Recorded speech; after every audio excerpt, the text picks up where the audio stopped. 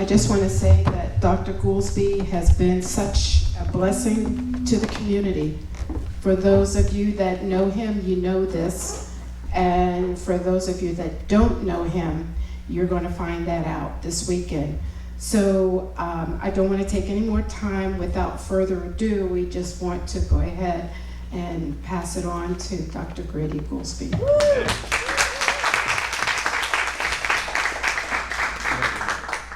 Thank you. Yeah, for y'all that don't know, my name is Dr. Grady Goolsby.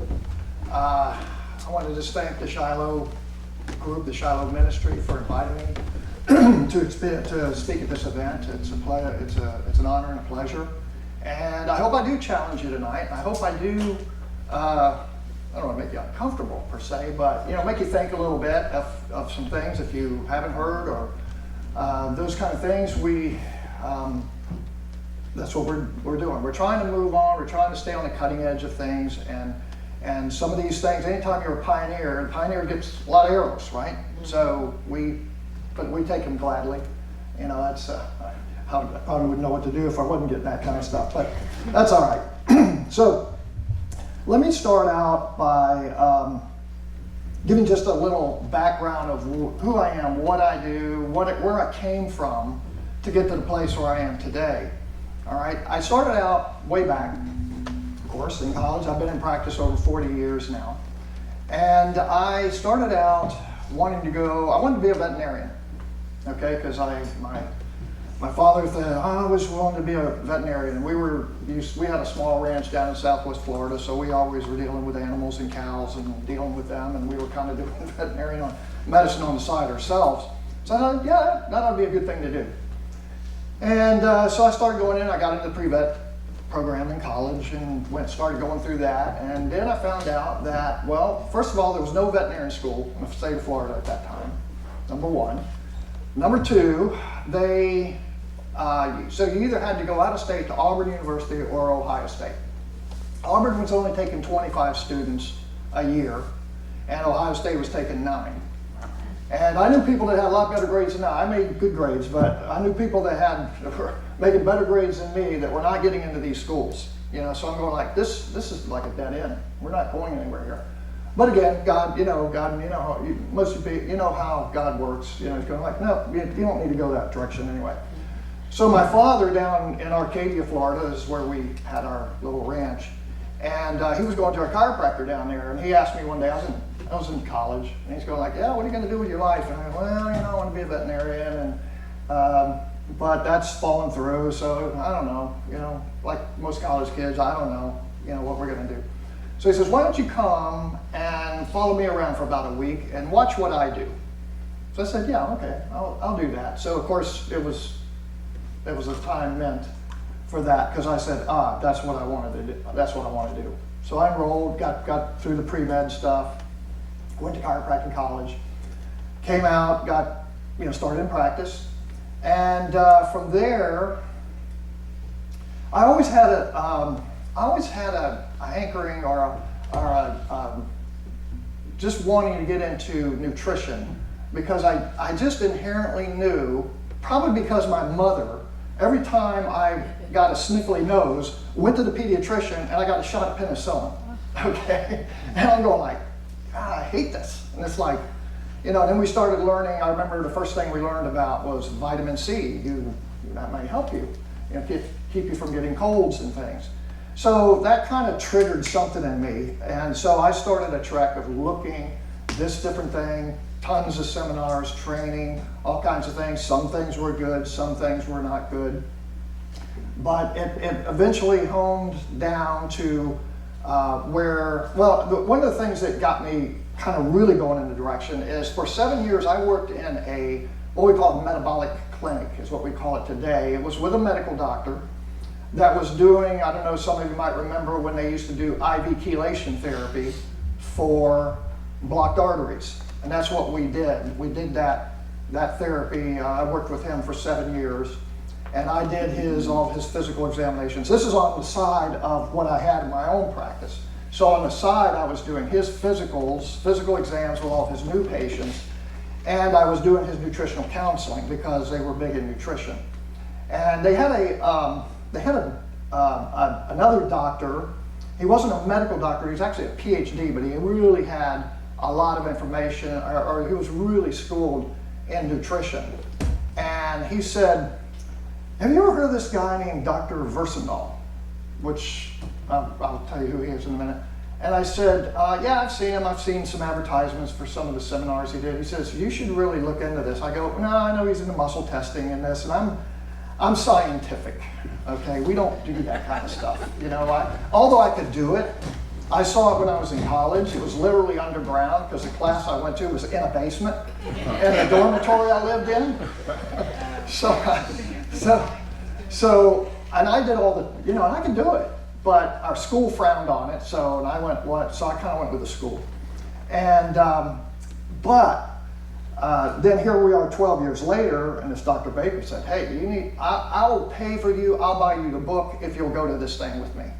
And I said, well, all right, I'll go. So we went down to West Palm Beach, and I was shocked at what I saw because it had come so much further than what I saw 12 years ago up in Chicago in a basement.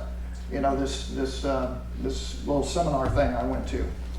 So I said, all right, and it just resonated with me. I've got to look into this, and that always is kind of my okay, is when something resonates, I need to look at it, and we're going to get into some of that as we go through this weekend.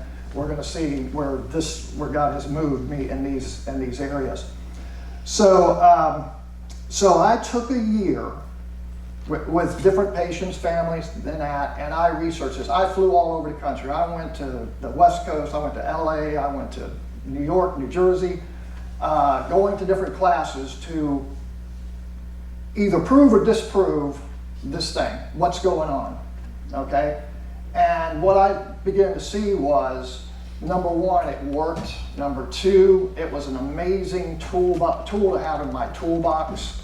And I actually really kind of shifted my whole practice at that time. This is probably in about 1991, 2, 3, somewhere, and I can't remember exactly when it was.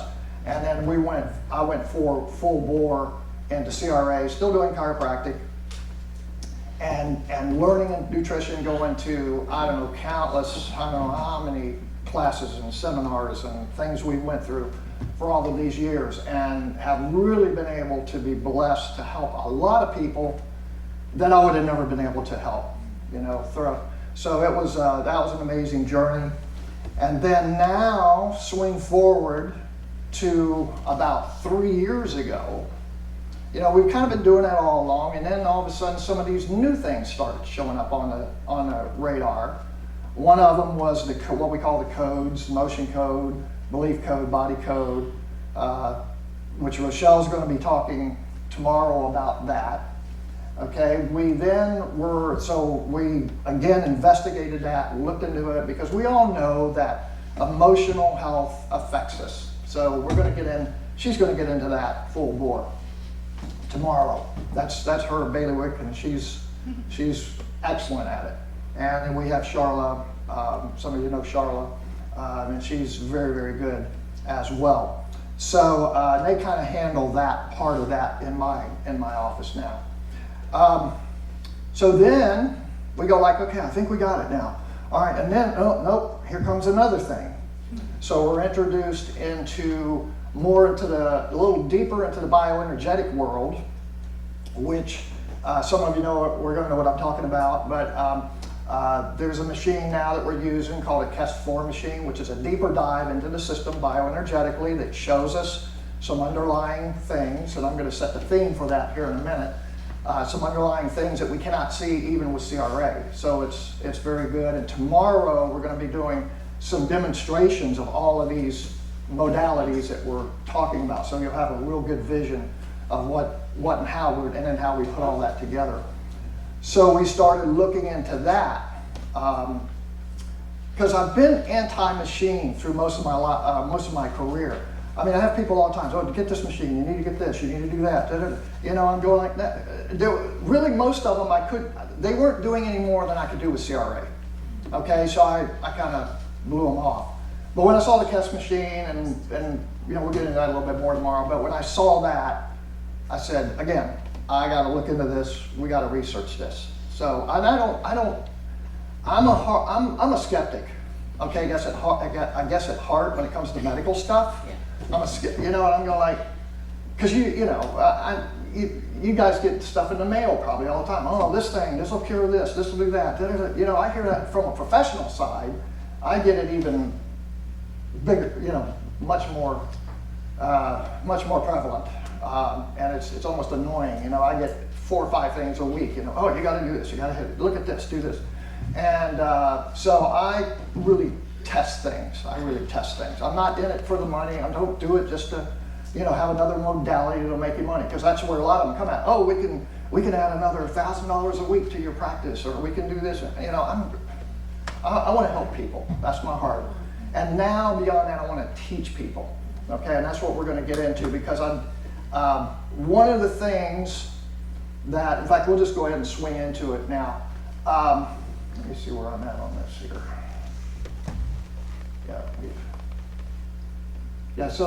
I've been doing this for 40 years. Primary focus of my practice, functional nutritional medicine. We can add to that probably now energetic medicine.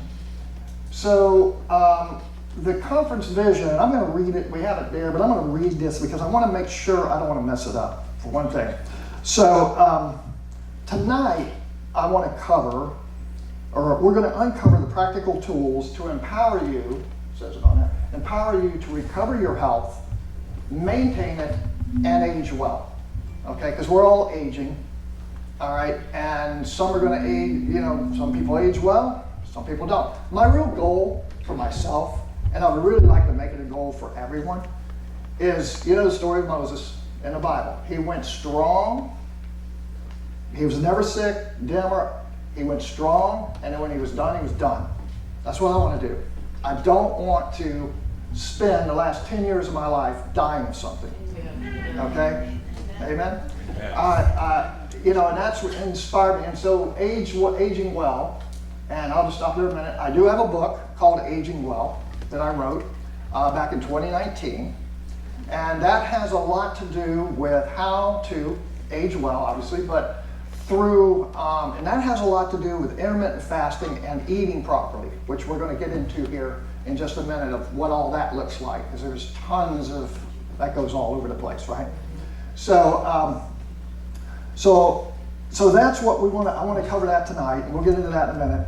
Then tomorrow, my sessions, we're going to dive into the daily tools and practices that foster health and vitality, blending science, faith, and holistic approaches so we can not all just age, but again, age well. And we're going to talk about all the modalities that I mentioned a little bit here. Rochelle's going to cover the body code. I'm going to get into, again, another thing I just spent 3 weekends last month in Texas getting some advanced training and some upper cervical chiropractic stuff. Now, that's been around. Upper cervical chiropractic has been around. In fact, that's arguably how chiropractic was actually discovered back in 1895. And but the difference is now they have some new ways of analyzing this area. All right, so I'm going to get into that in a minute. I don't want to jump ahead here because I want to get into the nutrition and food side. So what we're going to cover tonight, before I start this, I want to preface it with this. I want you to remember these 2 things as we go through all of this information I'm going to give out. One is balance, because we're always looking for balance. Everything we do, when you think about it, we're looking for balance, whether it's in health, whether we're standing or anything else. You know, we're looking for balance. We go this way, we want to get back to balance, right? Well, we want to do that with our food, our health, our healing. All right. And then the other thing I want to emphasize through all of this, and this is kind of a new way of thinking about how we heal and about health. All right. You know, our bodies are made to heal. Okay, they do deteriorate over a period of time, but we want to age well through that. But they're made to heal. And there's things that hinder that. God put that within us. That's one of the things. We don't have to search for it. It's in us. All we need to do is learn how, and we're learning better, and that's what a lot of what we're going to be talking about. We're going to learn how to remove some of these impediments that's not allowing us to heal. Okay, so a lot of people don't think of it that way. I didn't think about it that way. I'm a doctor. You come to me, you got a problem, let me do something to fix you and be on your way. But now we're thinking more about the way I think is, okay, this person has XYZ problem. Why is the body not healing itself? Anybody have it? Just to throw it out there, I wanted to make it a little interactive here. Anybody have any ideas of what may be hindering some of our ability for our bodies to heal? Stress. What's that? Stress or life stress. Stress, yeah. Mindsets. Trauma. Yeah, mindsets. What? Trauma. Trauma. Very Trauma can do it. Emotional trauma, trapped. Attitudes, Yep, attitudes, chemicals, diet. Belief system. Yep. Yep, Unforgiveness. Yep. yep, absolutely. Absolutely. So these are things, Sleep. when you think about it, how many doctors, practitioners look at these kind of things or look at things from that perspective? I mean, you go to the emergency room with something, they're going to give you something to go home. And that's kind of what they do, and that's what they do best on the medical side, is they, there's a crisis, they get you out of the crisis. You don't come to me with a heart attack. You need to be in the ER, okay? But on the other side of that, the question becomes, well, why are you having a heart attack? And all of that. So we're looking for and trying to get better at identifying why, so you won't have another heart attack, okay, for one thing. And so not only not have another heart attack just to get you there, but to get you healthy and walk you out of that. Okay, because you can walk out of a lot of, see, when I was in school, these were not things that we thought about, or even earlier, or even say 10 years ago, because we're trying to patch people up. We're actually managing illness, okay? And some people, that's what they want, okay? And I understand. That's why I try to, when people come to me, I want to try to find out, what do you want to do? You just want, some people come in and go, doc, just crack my back and I'll be good. Okay, good. But why is your back hurting in the first place? So keep that in mind, that we're looking for things that release the body to heal itself.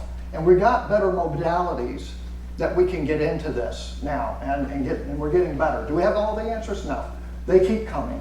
I think, as soon as I think, okay, I think we got all the stuff we need, then something else comes. Okay? So keep those, and you might, and then on the, let me just do it this way.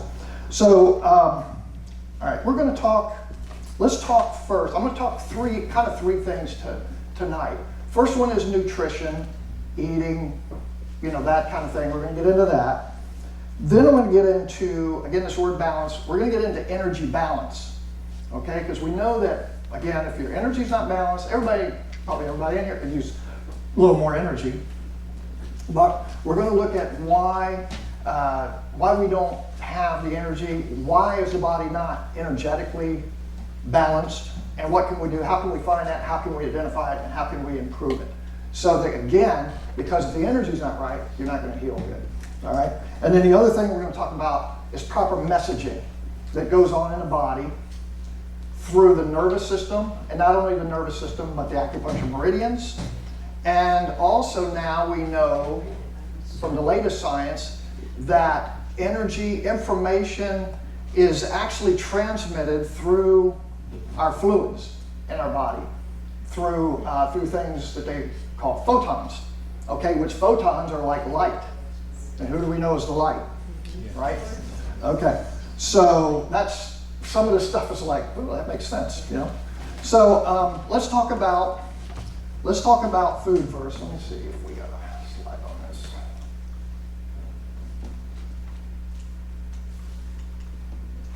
Is it on? Did I turn it off?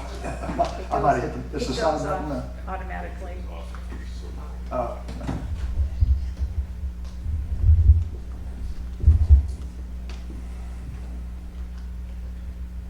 Allison, do you know this? I don't know. Yeah. Okay. All right. Well, while they get that going. So let's talk about nutrition a minute, or a few minutes. Okay. Okay. Let's see when I got through. Okay, so we went through that already. Okay. So your body's designed to heal through nutrition, energy balance, and nervous system alignment. All right. And I like the scripture, beloved, I pray that you all may prosper in all things, even in your health. Right. Okay. So that's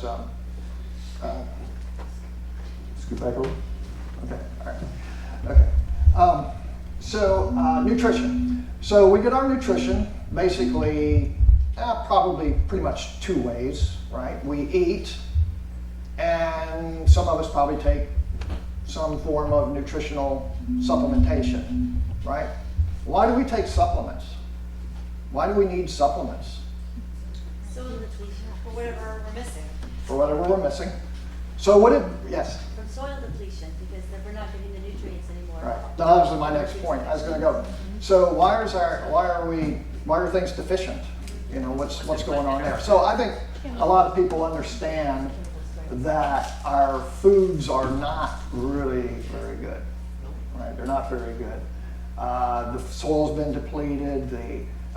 What they're doing to it, the food companies and all of that. We could talk all week about that.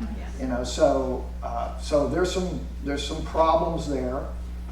We try to get people to eat good, healthy, organic, unadulterated food the best we can.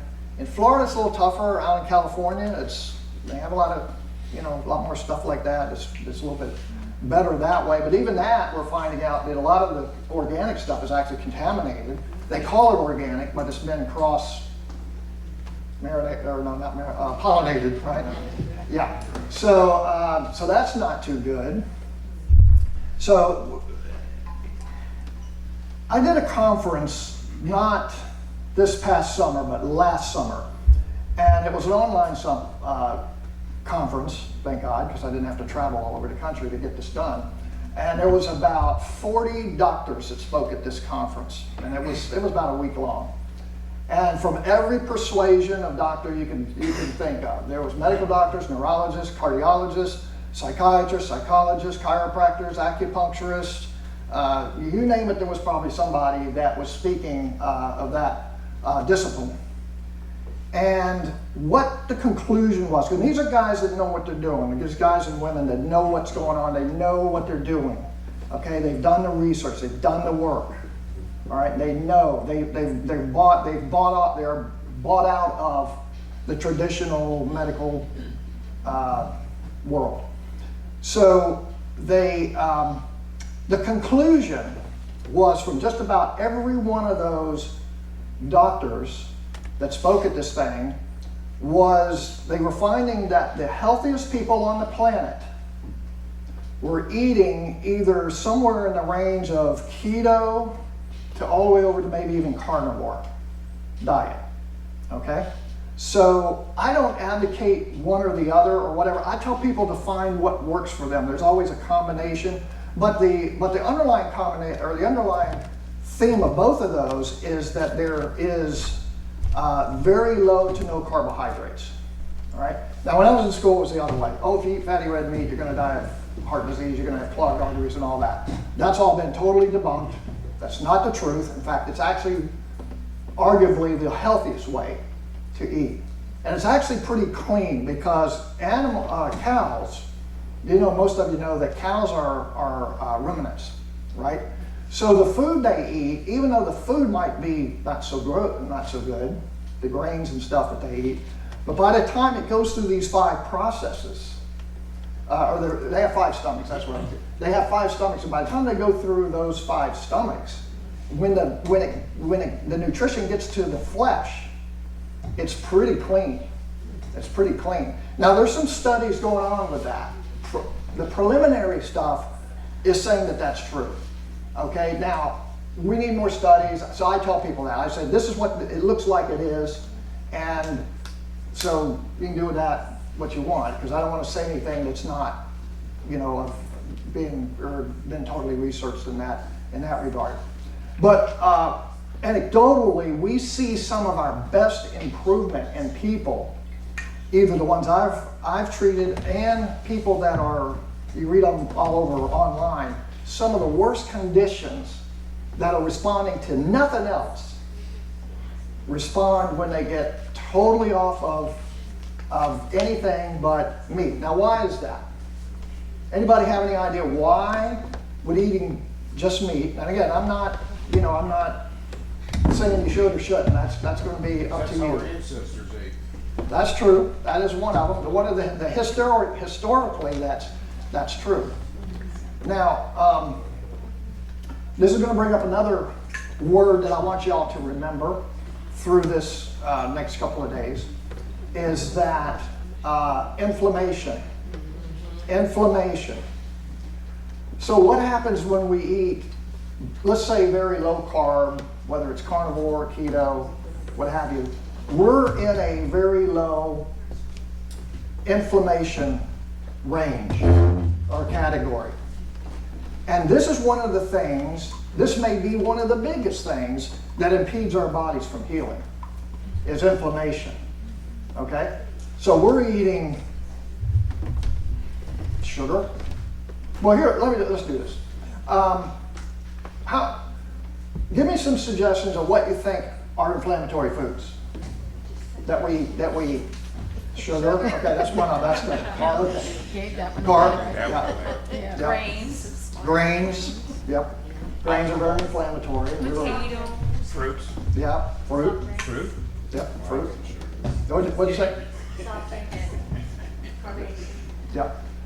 So so we tell our patients to stay away from 5 things. I tell everybody this, whether you're in there to get your back adjusted or whatever, we tell them this. You really need to stay away from sugar, foods that contain gluten. All right? That's a lot. I mean, we were raised on this stuff, right? Breads and pastas and, because it's a cheap way to get a full stomach, right? In the dairy family, it's primarily milk and ice cream. So there's certain dairy things that are actually good. Butter. What? Butter? Yep, butter. Forget all the other margarines that, again, we were raised on. Okay, butter, hard block cheese, heavy whipping cream, because heavy whipping cream is all fat. So we're getting the fat part, which is good. All the rest of it's been taken out. Okay, so that's 4 of them. And the 5th one is kind of the new kid on the block the last probably 10 years, is foods that contain lectins. Everybody, you ever heard of lectins? Yep. Okay. So lectins are highly inflammatory proteins in actually some good foods that we've been taught to eat our entire lives, like how about tomatoes, full of lectins, zucchini.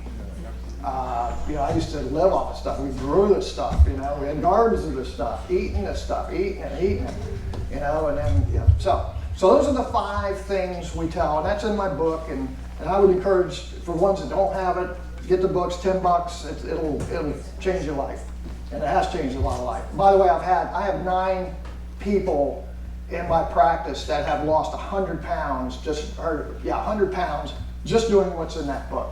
Intermittent fasting, get away, because what we're doing is we're let's just stop here and talk a few minutes about intermittent fasting. So, intermittent fasting means we go without food for a period of time, right?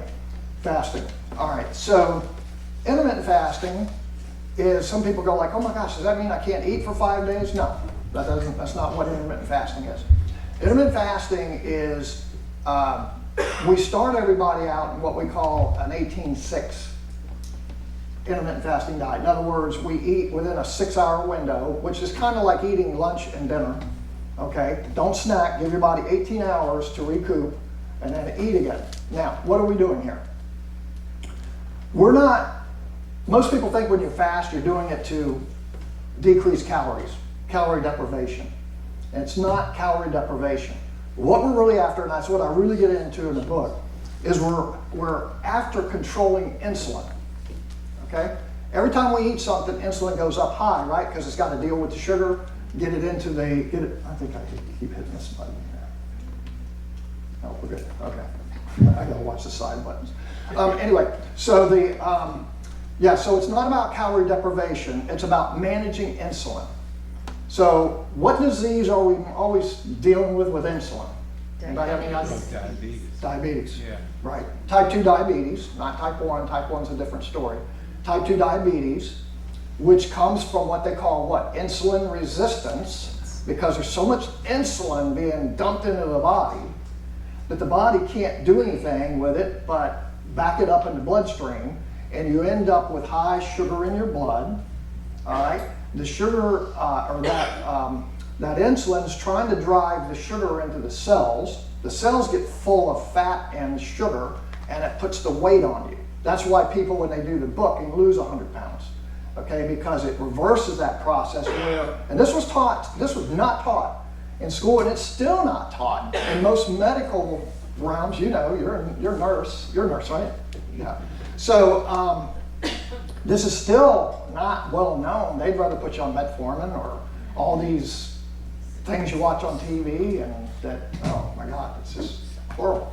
Anyway, so you can, and we've done that in our office. We've seen, so we're not supposed to say we cure diabetes, and I wouldn't say that. But when your numbers go low, what do you call it? Yeah, you're better, or I don't know, whatever you want to call it. Yeah. So, It's a miracle. It's a miracle. We don't know what happened, but it's a miracle. That's always the answer, right? Oh, it's a miracle. We don't know, but yeah. So anyway, it's a big deal. I've been doing it for, I don't know, for quite a while now.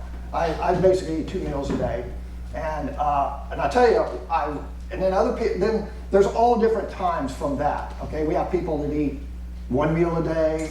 I really felt great eating 1 meal a day, but I started losing weight. I don't need to lose any more weight here. But I still do it from time to time. I only eat 1 meal a day, and it really lets your brain clean out. You know, it just really helps.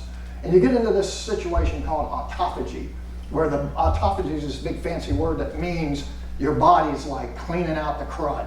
Okay, basically the garbage. Okay, that's built up all these years, right?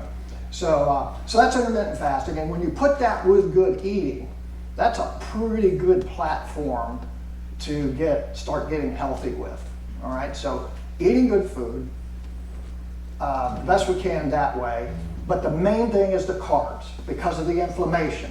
Anything we do that creates inflammation, stress, there's basically 7 big topics that create inflammation in the body. You know, of course, food is one of them, stress is one of them, allergies, infections, I don't know if I can remember, heavy metals, toxins, you know, all of these things. But again, remember the theme, these are things that hinder our bodies from healing, all right? So the more we can eliminate and get more education and understand this stuff, the more we can become proactive ourselves in our health.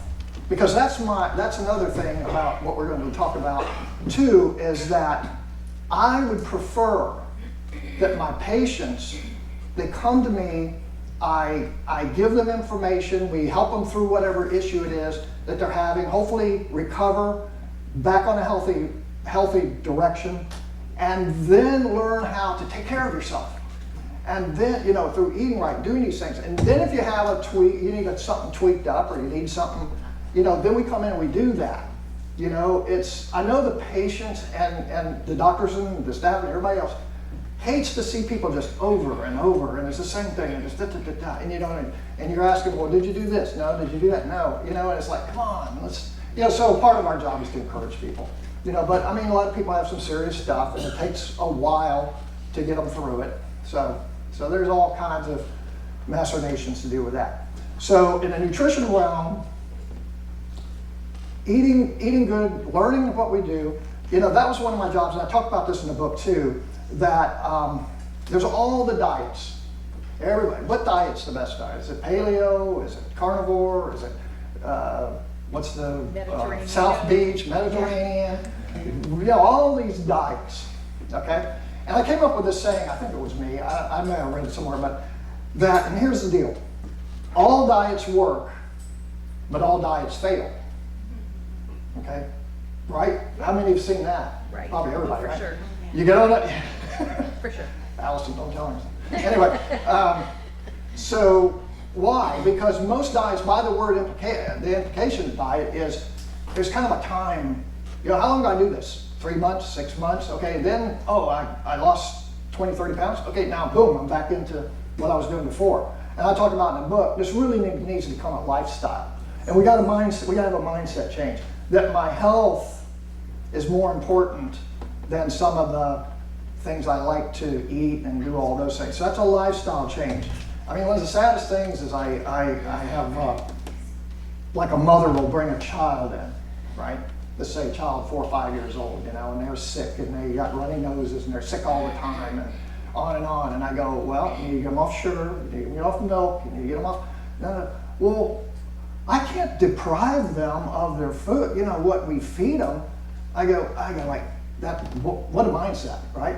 A mindset is that, if I don't give my kids some sugar or cookies and candy, it's almost like a reward, then, I'm depriving this kid of life. It's like, no, you got this totally backwards, So that's another thing. That's why we're doing these kind of meetings and things. And the classes we're going to be doing is to get people, not only give them information, but hopefully create a new mindset as we go forward. Because the bottom line, really, we all need to be healthy to do what it is God's called us to do. Right? I mean, when it comes down to it, we need to be functional. All right? It's hard to help people, when we're not feeling good or sick or what have you. So that's another kind of big point I try to get across to everybody. Think of it a little bigger picture than, this aches or hurts or what have you, right? Okay, so that's kind of nutrition, okay? Nutrition, and now, the other thing, let me hit this for a few minutes too, is on the subject of supplements, nutritional supplements, okay? Because everybody and his brother is selling supplements, right? You can get supplements at Walmart, Walgreens, online, here, there, whatever. Well, there's a problem with a lot of supplements out there. For one thing, some supplements are made strictly from synthetic chemicals, okay, which they're not really vitamins. They are vitamin-like. When you look at them in the biochemical nature, they look sort of like vitamins, but they don't. But they sell them. That's why you can buy them for 99 cents a bottle, in some cases, right? So there's that problem. All right. The other problem was, and I was at another conference about a month. No, it's probably about 2 months ago. That was put on by one of what I consider the top nutritional companies in the country, probably in the world, because of the way they manufacture their products, which I'll get into in a minute. But they, that a lot of the, what this company did, because there's been all this feedback, you guys are not making anything any better than anybody else, and and all this kind of stuff. And they go like, well, all right, let's see. So they hired an independent company to go out to those different stores and buy what's on the shelf, and then they analyzed it. And I was shocked when they told us the results of what they found. The problem is when you buy a supplement and it says in it, okay, there's 100 milligrams of vitamin C in there, we expect and we believe it that, it must be in there, right? Because it's just the way we're taught. All right, well, they started testing them, and they tested this company. It says 100 milligrams of, it could be any supplement. I'm just picking on vitamin C. All right, well, it says 100, but when we tested, there was only 20 in there. Okay, and then they test something else, and there's only 30 in there, and so what was on the label was not panning out. All right, number one, there was two companies or I won't mention any names, but think of the two probably biggest stores that you could go to in this area that sell vitamins. All right, when they tested their brands, they found 0 nutritional content in it. 0. So I don't know how they get away with that. part of it is because the nutritional world doesn't have a lot of regulation, which is kind of good in a way. We don't want it. We don't want the government, how many agree probably when the government gets in something, it's maybe not a good idea. All right. So they, but we do expect ethical practices, right?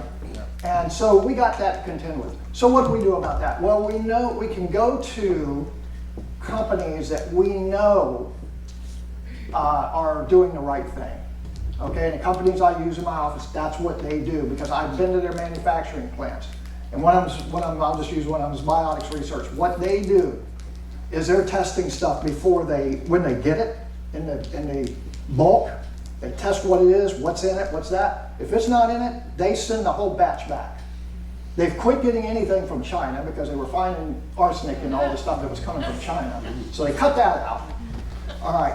And then they measure it. And then they start manufacturing it, and we went through their plant, and it's amazing how they take these raw materials and make them into pills and all that stuff, all these crazy machines that do this. And they measure this stuff during the process, and then at the end, they measure it again. And if it's not right, it goes back out the window. And so we know, and then they actually have independents come in and test their stuff. So they're not going like, hey, look, we did this right because we tested it. No, they have independent test companies come in and test their stuff. So it's not like, hey, we'll do this, but we'll say we're doing that. They don't do that. So the companies I use, that's not. So because when I recommend a supplement for someone, I want to do what it's supposed to do to them. I don't want to give them stuff that doesn't work. We're not getting anywhere. So that's the nutritional supplement world. So I would caution you, anybody that's buying stuff in the stores, and I'm not saying there's some stuff that was good. I just don't know who and when and how often and what have you. I can't give you a list here of this because they change. They change. They may put out a good batch, and also they caught some of these companies what they call spiking. They caught them actually when sometimes when they know they're going to get tested, they'll spike the nutrients in it and say like, oh, look at that, hey, you're even 20% above what, that's what they do. And they caught them doing that too. So the supplement world is a little squirrely out there. So we try to bring it into there and keep it ethical and so forth. Okay, so that's kind of nutrition and food and all of that. And in the end, we're going to do some questions. So if you have any questions, we'll be able to answer those for you. So let's talk about, see, I'm doing the time.